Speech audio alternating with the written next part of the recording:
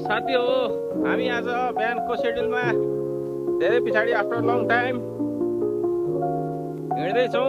दुईजना साथीहरू अगाडि हुनुहुन्छ।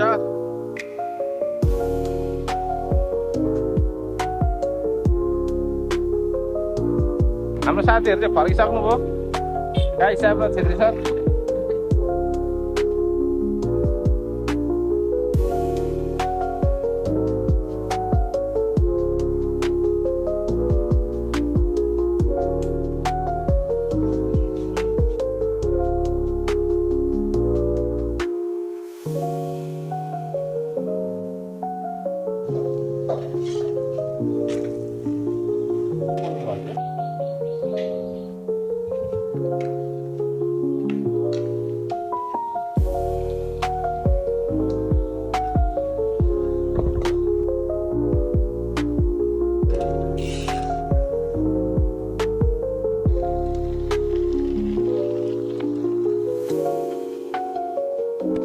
बाइ द वे मेरो केही क्लोज सर्कलहरूले मेरो बडी वेटमा केही नोटिस गर्नु थाल्नु भएको रहेछ एन्ड सुनेर वास्तवमा म धेरै खुसी भएको छु।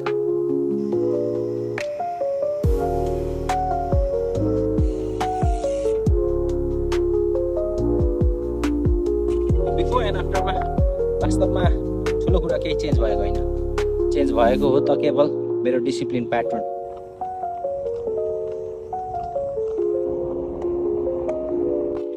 यो 22औं दिनमा जब म उभिएर मेरो पहिलो दिनलाई हेर्छु र सम्झन्छु यो 22औं दिनसम्म आउनको लागि कुनै ठुलो जादु वास्तवमा थिएन।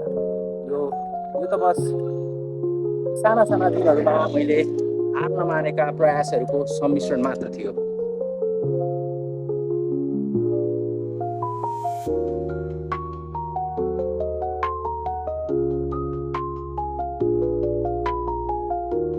त्यसैले म भन्ने गर्छु यो मेरो जर्नीको अन्त्य होइन, यो त बस सुरुवात।